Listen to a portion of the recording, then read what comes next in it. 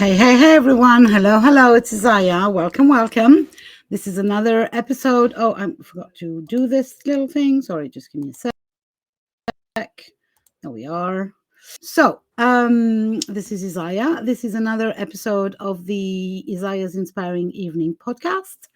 And this is part of the Things Women Don't Talk About series and of the Inspired Menopause series with our special guest tonight, Cindi Buenzli Gertz. Hi, Cindi. Hi, Isaiah. It's so great to be back. Yes, I love that. I love that we have series. I love that. Oh, so by the way, first thing, you guys who listen to us, if you haven't listened to the first episode of this Inspired Menopause series with Cindi, go and check it out. It's amazing, if I say so myself. Uh, so, this is the things women don't talk about, and we're talking about difficult subjects that are sometimes a little taboo, or at least that are not commonly discussed. And it's dawned on us, both Cindi and myself, that menopause is one of those subjects that it actually happens to half of the human population, but still we don't talk about it. So we decided to do a series, and Cindi was generous enough to volunteer to come 4 times in the podcast and kind of cut the topic in 4 under topics. So we had a first part, which was almost a month ago, if I'm not mistaken. And where was it again? It was all about our amazing body. And today is part 2, and it's all about our open, amazing, beautiful, gorgeous heart. So we're going to be talking about all the emotional aspects of whatever happens in menopause. But before we go there, if you don't know who Cindi is, let me again. So, as a wife, mum, teacher, and busy woman who survived 10 plus years of perimenopause, I love the survived. You thrived now. Cindi's on a mission to bring the change out of the shadows and into the light. In her women's circle, Cindi helps her midlife sisters find rest,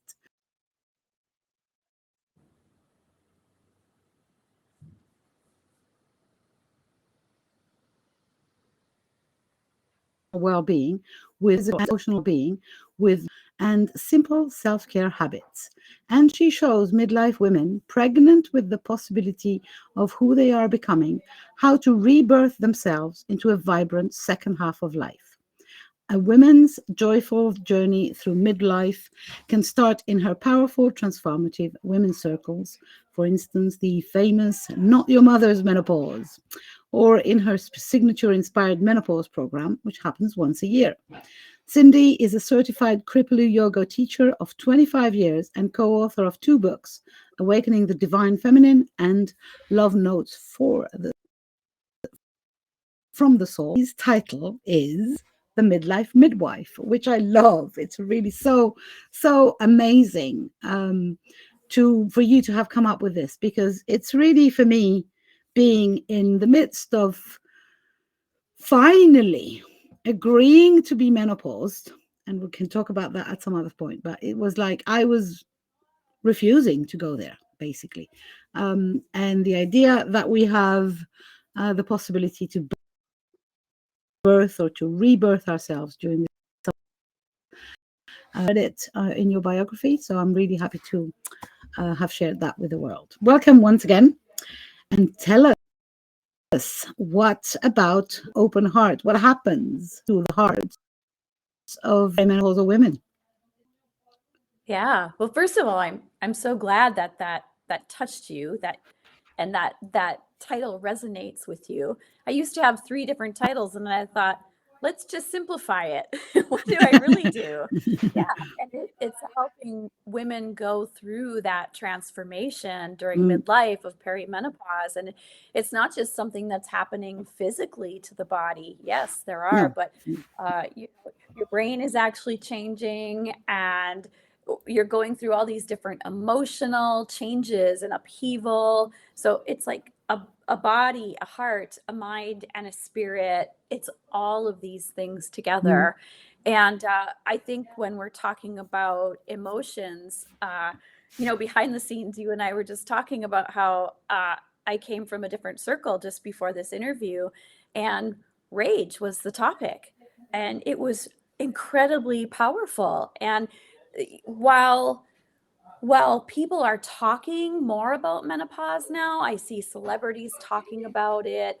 Most people are still talking about the physical changes that are happening. And I think we need to have a space where we're acknowledging the incredible emotional upheaval that women are going through.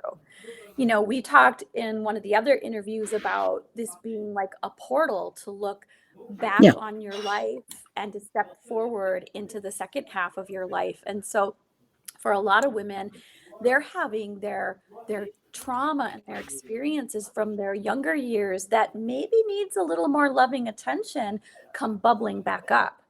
So these cannot be ignored. And I just came across some new information the other day about heart disease in women. And guess what it's linked to? Our emotional state. I don't believe it. Yeah. Wow, that's huge. I mean, on one level, I knew that, but then to like see somebody actually write about it and back it up with some, I don't know if it was anecdotal evidence or actual study, I don't remember, but on some level, I really always believed that to be true. So it makes so much sense to read that. Does it? It makes so much sense. So yeah, obviously that this moment, and the moment, as we know, from your experience, a long time, this moment of perimenopause and realm, let's put it this way, is a huge cauldron of emotions, from everything to everything. I mean, I know women who experience joy with, at last I am not fertile anymore. At last I'm in no danger of having another baby. For women who are not allowed by their culture or their husbands to have of whatever sort, menopause, like, at last, just have sex, right? Without any fear, without any possible consequence of having yet another baby, maybe another baby to feed and to take care of. For some women, they're kind of already aging, and that it's like it might feel difficult to bring a new baby into the world. So the relief of, okay, this is done. To women like me, and I'm going to talk about myself because it's always easier. I realized that I was resisting menopause on the grounds that it's bad not to be other babies. Although I have two sons. I was going to say two babies. One of them is 21 and the other is 27. No babies anymore. But there was a part of me that was really sad. Of not being fertile, there was a part of me, I come from a lineage where maternity and motherhood is a very big deal, and it's like, so I'm useless now. Yeah, right. It's a loss of, I was surprised. I was really surprised to feel that, but I felt it. So, if I do, other women must as well. So yeah, the whole cauldron of emotions. Oh yeah, there's a whole cauldron. Yeah, and I think mixed in with that relief could also be guilt that you are feeling joy and relief and a sense of freedom, right? Yeah, absolutely. So it is a cauldron, and there's a lot of mixed emotions, which can lead to confusion and sometimes self-judgment, and also like questioning, where is it okay to share some of this information? As women, we're built to share our feelings and to connect with each other. So finding, a safe space to share with other women what you're really feeling, truly feeling, requires a deep trust in the other women that you're surrounding yourself with. Yeah, I agree Yeah. that the spaces are not, they're few and far apart, let's put it this way, where you can share that. Even when with your own family, it's not always okay. Um, so finding women, other women, and other circles of women, I think is has been, for me, has been crucial, and it's really a major invitation. If you are out there and you feel that you're alone, you're not. You just need to find other women to discuss it with, but you're not. Everything in this cauldron of things happening is has been, or can be shared, with other women. Um, Yeah. Along those lines of sharing, I was thinking about this morning as we were preparing for our interview. Perimenopause is one of those places where there really isn't a lot of space to share, as you mentioned. So with our family, it might not, that might not be the right place for some people. When you go into the medical setting, they're more mhm, interested in treating the physical symptoms that are going on with you. And think about it, when my daughter started her menstrual flow, we celebrated. I took her out to lunch. When I mhm, started mine, I could talk to my mom, my grandmother about it, or some other trusted woman, maybe it's an older sister, is going to sit down with you and have the talk, right? mhm, And then I was thinking about when I went through birthing my children.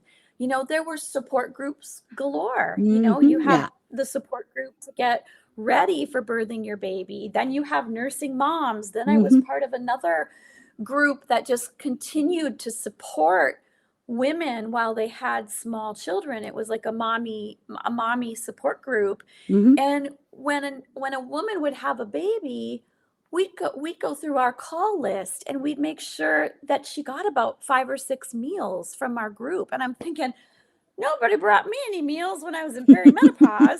So it's like yeah. there's Nope. there's all this built-in support for these other major transitions and changes that we go through in our life as women, and there's not when it comes to No, there's perimenopause. not. No, there's not. There's even a kind of secret invitation to just hide it. Yeah, It's like, please disappear while you go through this thing, and then please don't show any heavy emotions. The whole mood swings, please. Um, I remember a member of my family. I'm not going to name them because um, saying, "Oh yeah, but his wife is really terrible. She's going through menopause," and I'm like, "Sorry, what?" you know. Uh, yeah.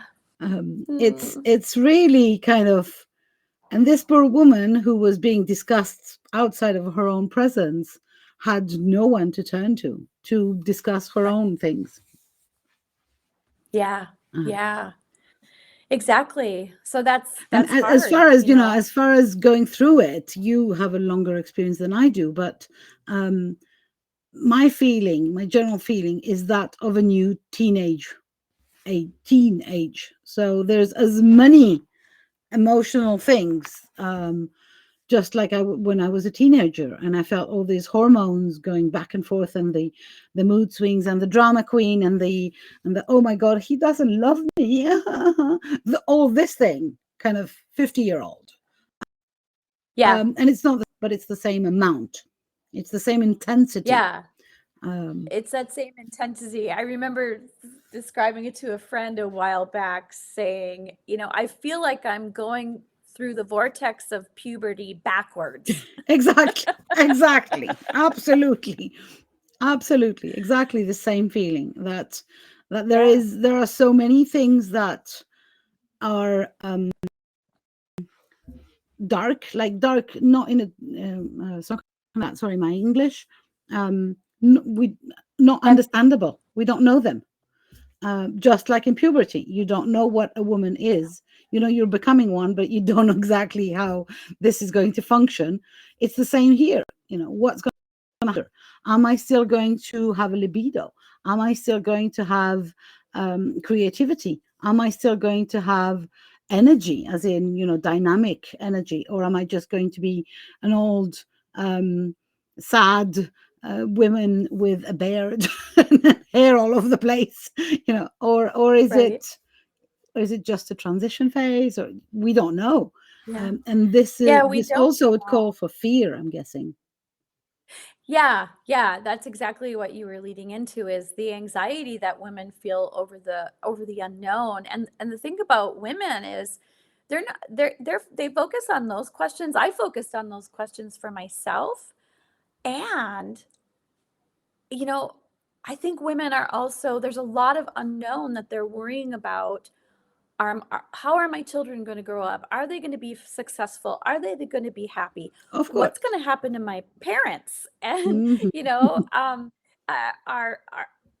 what is the aging process going to look like for them? How much of my help are they going to need? And siblings. I have a sibling who has a mental illness, and I think about that all the time. Well, when my mom is not there to take care of him, what's my role going to be?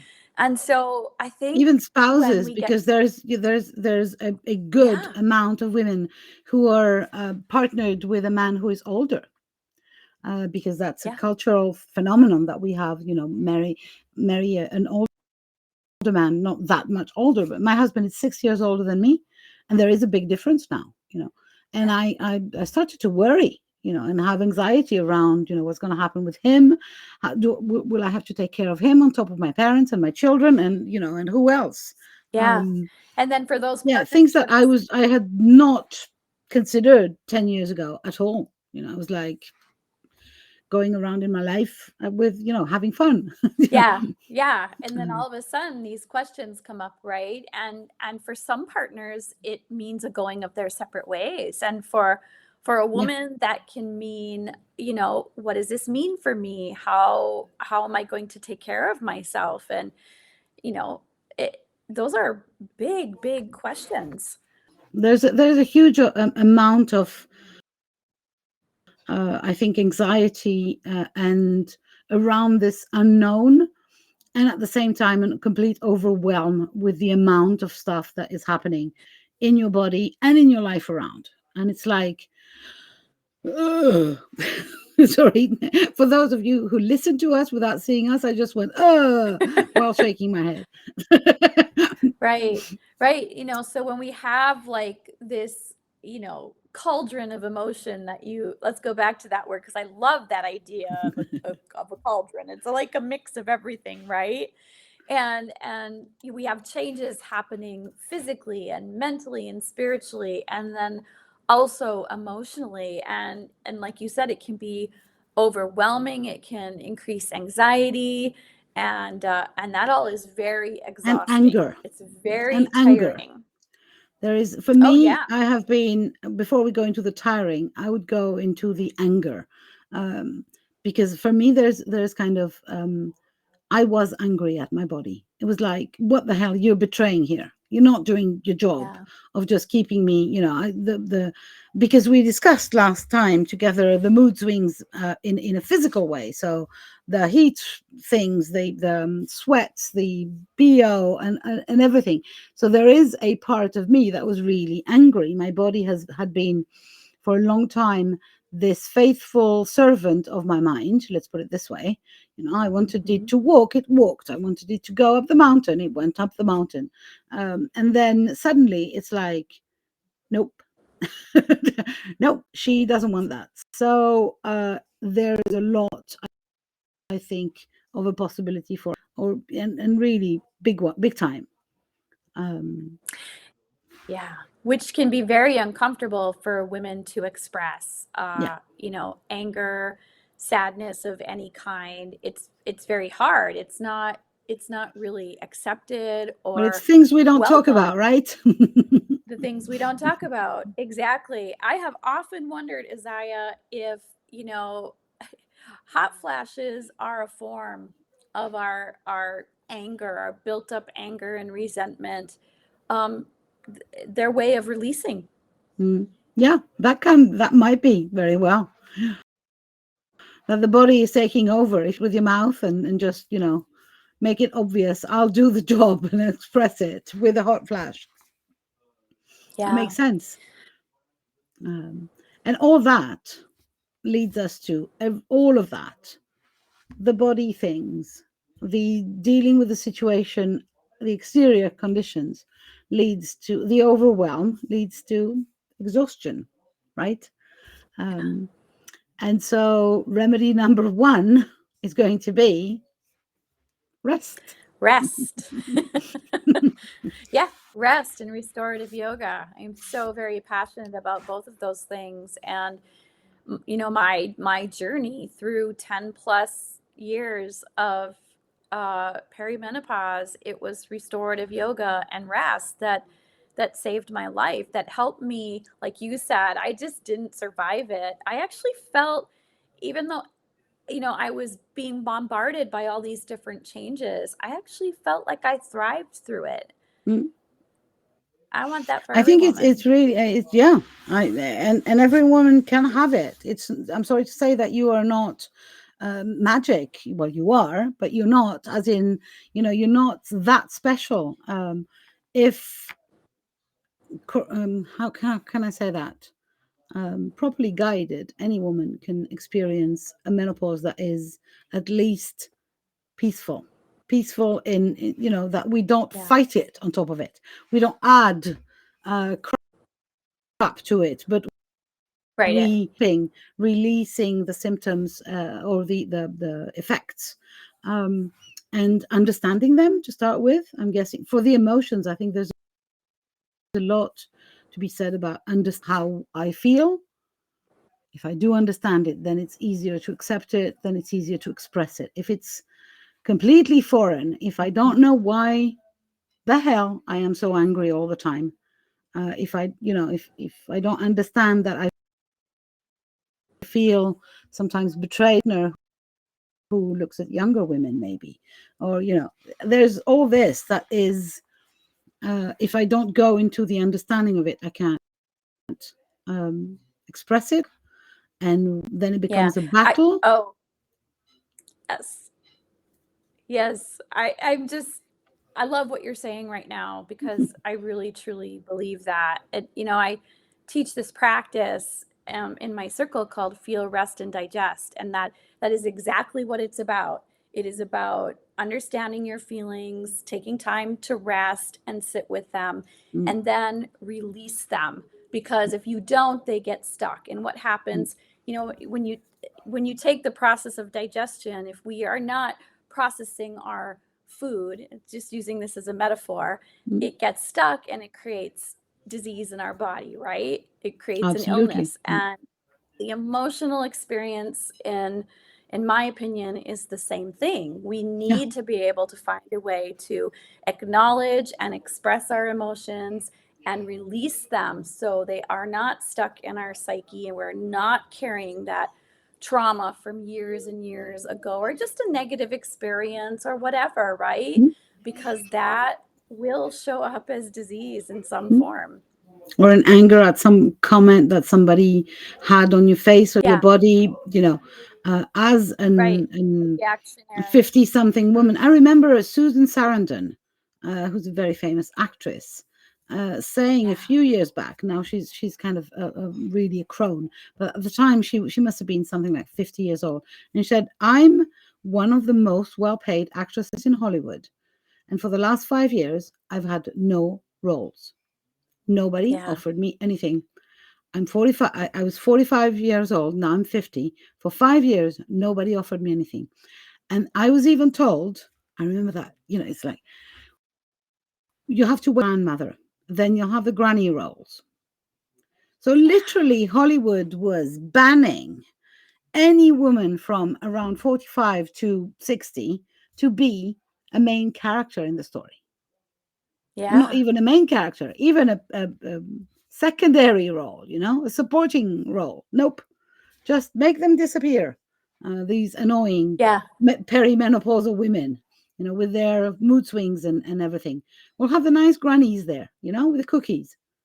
And it's like, that drives me angry. That even that makes me angry. I can feel that. I can feel that too. It's rising up in me, the defense of like, why? If that, we go out of our way to take care of other people, and women who are pregnant, but something about perimenopause, it's like, nope, get away, go away, be invisible, you're not useful anymore.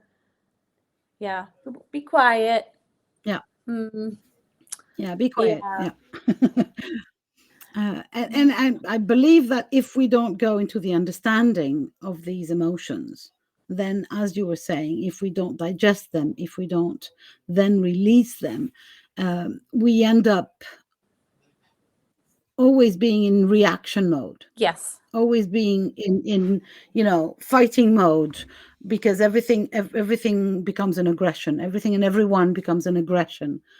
So if I hear Susan Sarandon, I take it personally and I really go angry, like really feel the anger, but I don't know where that anger really comes from. I don't know what to do with it. So it's stuck there, and then it might become, as you were saying, some disease, but at least I'm feeling it and it makes me feel bad. So and what is your remedy against that, against being in reaction mode?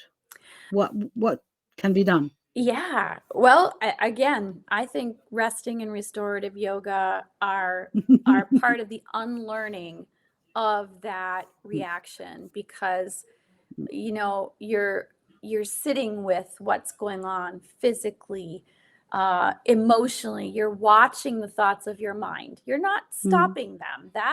That's kind of a fallacy. The stream of consciousness is constant. It's about what we get hooked up on, right? And when we get triggered and we get hooked, that's when we react. And the loops. We react in that split second, instead of taking a pause, taking a breath, and just sitting and acknowledging that feeling. And then we can form a response. And sometimes that response might simply be silence and to walk away. Sometimes that response might be, a carefully worded rebuttal that's still compassionate, but allows you to stand your ground. Right? So yeah, there is definitely a difference between reacting and responding. Yeah. And when we take the time to rest, we're strengthening that muscle of being able to just pause and watch it. And this is where emotional mastery comes in, and then decide how you're going to show up. Yeah. Because we can't, as individuals, we can't control anything that anyone else does or says, and they might say something that triggers us. We can't control what they do or what they say, but we do have some control over how we show up and what we choose to do or not do. Yeah. Of course. So I think those are the real consequences of being in touch with your feelings. And understanding, where's the anger, the resentment, the depression, the anxiety, the grief, the sense of loss, or even the joy and the excitement and the relief. Where are those coming from? Yeah. And then as you were mentioning earlier on, which I think is really important to reiterate, is the second layer of emotions. So when you feel the joy, you might feel the guilt or the shame for the joy, because, or when you feel the anger, you might feel the shame for so you have kind of a double layer of emotions, and you might end up really, one of them being buried under becomes even more difficult to apprehend if you want to do that in a split second. Whereas if we can ourselves the time and the rest, just sit with our emotions and feel them, literally feel them. Yeah, exactly. They're untangle the cauldron thing, because it's kind of a mess. And it's all right to be a mess. I think the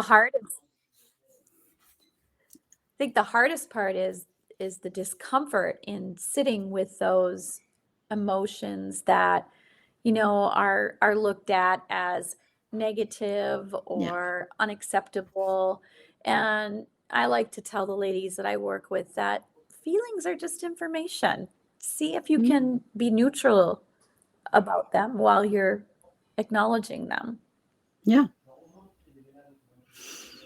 I like the analogy of sitting with, I always think about sitting on the dock of the bay, the song. I do. And I always feel like sometimes it feels like this, like I have to sit with one of my emotions or a part of me that is feeling that emotion. And we just watch the on the dock, and we just watch until it's time to go away, until Yeah. the thing has passed. And sometimes there's nothing to do, just sit with. And Yeah, I that love that that song. It's is one of my favorites. I love that too. Uh, Yeah, there is now I love the metaphor too. I love it. it's not mine, to be honest. I've heard it somewhere else. Somebody else quoted it to me. Yeah. This a metaphor, but I think it really hit home. And so it's for me, it's an invitation to really be okay with doing nothing. What are you going to do about your mood swings? What are you going to do about your emotions? Well, nothing. I'm just going to sit with them. And Yeah. whether it is on the dock of the bay or doing restorative yoga or just resting or journaling or just, allowing the time to pass. Because sometimes it's just about the time, about not being in reaction mode immediately, that I have to, do something about it. Yeah. And for me, it has been a freaking learning curve, and I'm not sure I'm there yet, but to learn to give myself some time. That things are not supposed to be finished as soon as I decide that they have started. And that's part of menopause. My thinking has slowed, my actions too. It's not that it's not my body is that aged that I need to, but I want to. I loved going fast when I was young. I don't that much anymore. Yeah. Right? I have found that too. Like when I was younger, I could push through things until I Hmm. couldn't. Yeah, of Until course. I, had my quarter life crisis, right? Mm, And I was a work in progress for mm, many, many years. That's why I always say to my students that you brought up the word magic earlier. I believe there is magic, and the magic's in the practice. It's yeah, not this kind of magic I agree pill with or you. magic bullet, or it's showing up over Yeah, and over again to practice, and whatever your modality is, whether it's yoga or meditation or restorative, or you have or a breathing little bit of practices that everything. But basically and it showing can be a up little bit of everything. and showing Yeah. up for as long as it takes. Just sit with it. Yeah. Yeah, for as long as it takes. And going back to that idea of pushing. Yeah, I agree with you. I don't even want to push through anymore. Hmm. It just doesn't even Exactly. sound pleasant. Yeah, no, for me, it was when I was younger, it was a fact of pride. I can push through. And then I Right. would collapse as well. But I never used to Yeah. brag about the collapsing, but I used to brag even to myself about the pushing through. Now I feel like that's stupid. Why would I push myself to the point of Yeah. exhaustion? What's there to prove to anyone? And the Yeah. taking the Again, time with it is, for me, it has opened my heart to feeling the oh, emotions so much more, instead of rushing yeah. from one thing to another, from one emotion to another. I don't want this. Let's anger. Oh, come on, hide it under the carpet into some other emotion. And in fact, I was not forgiving myself for any of those bad emotions, Hmm. air quoting bad for those on the podcast. So, I was just pretending that I didn't feel them, which was not helping, weirdly enough. LOL. Yeah. Yeah, I think you're right on the money with it will take time, that there's an unlearning that needs to Mm, happen, because I know in the culture that I'm from, it's all about being productive, and yeah. you know um you know we're bred in overwork here, Mm, and just continuing to push and push and push and, you know, get through the grind. So there's a lot, you know, when you're kind of born into that, there's a great expectation. So it's a lot of unlearning, and it's going against the grain to even rest. the word means create, right? Product means create new things, and you're literally useless, right, in this system. So you have to unlearn everything. If I keep valuing myself, you me, then there's no way I will literally bring myself to self-hatred permanent. Hatred. Sorry, my English. That does not sound pleasant at all. It's also reminding me of a teacher that I was once listening to who said, you know, we do and create so that we can have things, so that we will then be, right, and fill in the blank. So we'll be happy, we'll be, you know, whatever. Wealthy And will be. I remember her saying, let's flip that around. What if we approached it, I want to be so that I can have, and then I will do or create. Yeah. And to that me, makes a lot of sense. That's about filling up your well of being first. And you know, we can't give from an empty cup.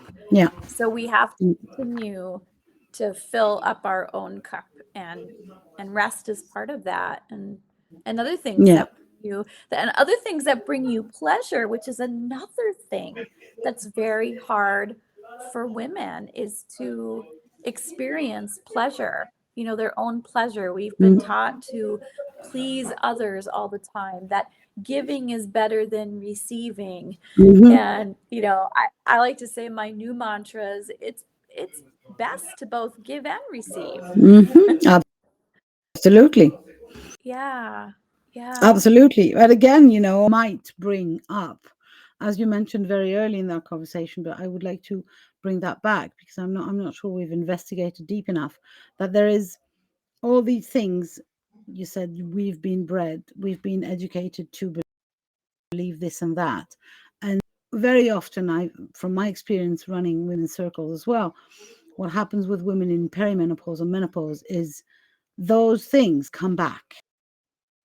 Those traumas from childhood, from young adult life, all this educational, societal crap that comes back. And there it needs wants to be healed, released, whatever you want to call it. And that means expressed to start with. And so that's where the anger comes from, or the sadness, or the grief, and are, yes, of course, emotions that I feel today, the packed emotions from before, the traumas that we have been carrying all our lives, and that I think we hear a huge that it's time to let them.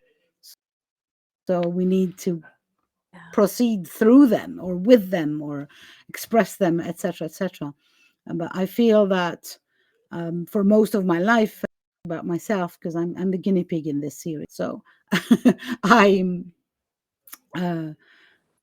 believe that I had a very good relationship with my mom, and I realized very recently that I had completely overlooked and hidden in the shadows a part of our relationship which is way less than satisfactory. And it's like, I want to heal that, or not, which she is at the moment, but it doesn't matter. It's healing in me that needs to happen. And for years and years, I didn't even see that. And it appeared very brutal perimenopausal phase. I don't know why it comes now, but it does. Plus, as we were saying, the events of life pile up. So, yeah, it brings a lot of things. You also mentioned something that I wanted to ask you a question about. Is you mentioned changes in faith?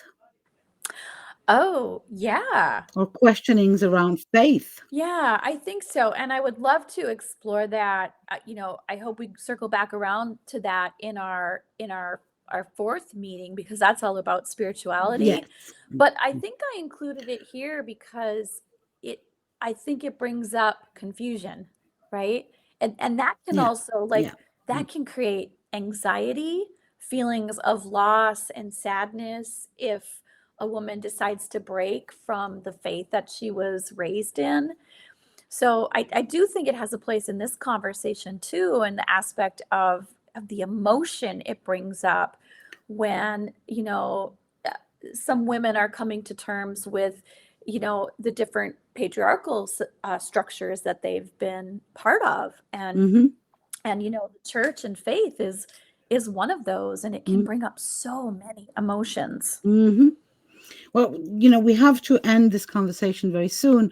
And I think that the part of what happens is, of course, you've separated the topic in four, but we are not separated in four. So emotions kind of impact our bodies, minds impact our spirituality. It's all mingled. And that's part of the big confusion, right? The fact that we are not bits and pieces that we can okay, I'll deal with the emotions today. Tomorrow I'll do the body the day after. So there's no way we can Right. deal with perimenopause that way. We get hit on every place, and that's why we have to be aware of all of those as Right. much. Yeah, because even though we're having four separate conversations, these things are not separate. The body, the heart, the mind, the spirit, they're all mirrors of one another. So, Yeah. like we were talking about earlier, if you're not dealing with your emotions, it's going to show up in your body, and your Yeah. body is going to have a message for you. Exactly. And if you're not dealing with your spiritual attitudes, then your emotions will be going crazy, etc., etc. So which means, ladies who are listening, that you need to listen to the other 2 or 3 episodes if you haven't listened to the first one, and they're doing one every month. So come and listen to the third and the fourth episode in the next few weeks, where we go in the next one we discuss the mind, the powerful mind, and then the spirit, obviously. So thank you very much, Cindi, for this conversation. I always You're love welcome, talking to and you. thank you. And I wanted to give you an opportunity to say, how can people, so people on the video or the audio, above or below, all the links to work with you, to get to know you better, to investigate you in all way, shape, or form, which they should do, because your work is, but Thank you. they cannot at this minute join Inspired Menopause anymore. So how can they work with you, maybe? Right. Because Inspired Menopause happens once a year, and we are well underway. If someone just kind of wants to hang out and get to know me, they could also go to my Practices for Peace for Midlife Women private Facebook group. And what I would really love to do, and we were talking about women having other women to talk to. I would really love to speak to those women today who'd like to have a conversation with me, because I don't think there's a more critical time in your life to have another woman or a circle of women witness you and what you're feeling and experiencing than when you're going through perimenopause. That just isn't out there. And all of the women that I've talked to and the women who've been in my circle, they are longing to be seen and heard, and just to be held in acceptance without judgment for who they are. So this is the season for me to be offering Vibrant Woman discovery conversations. And I just listen. I will listen to a woman, and I will listen to her dreams and her visions for her health and a more easeful and joyful journey through perimenopause, as well as her very unique and specific challenges and changes and roadblocks that she's going through. to being at peace with her body, staying Awesome. calm in her heart, and clear in the Awesome. mind. Yeah. Great. So So- you will find the link for that above or below the video or the audio. And by the way, if you're listening to that any other year than 2024 or any other month, well, you already have access to all the 4 episodes. So you have no excuses. And Inspired Menopause happens usually at the beginning of the year. Am I correct? Something like February?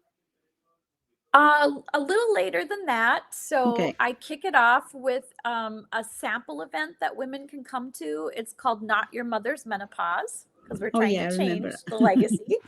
Right. And then a couple weeks after that, Inspired Menopause will begin. And it's a 3 months women's circle and course.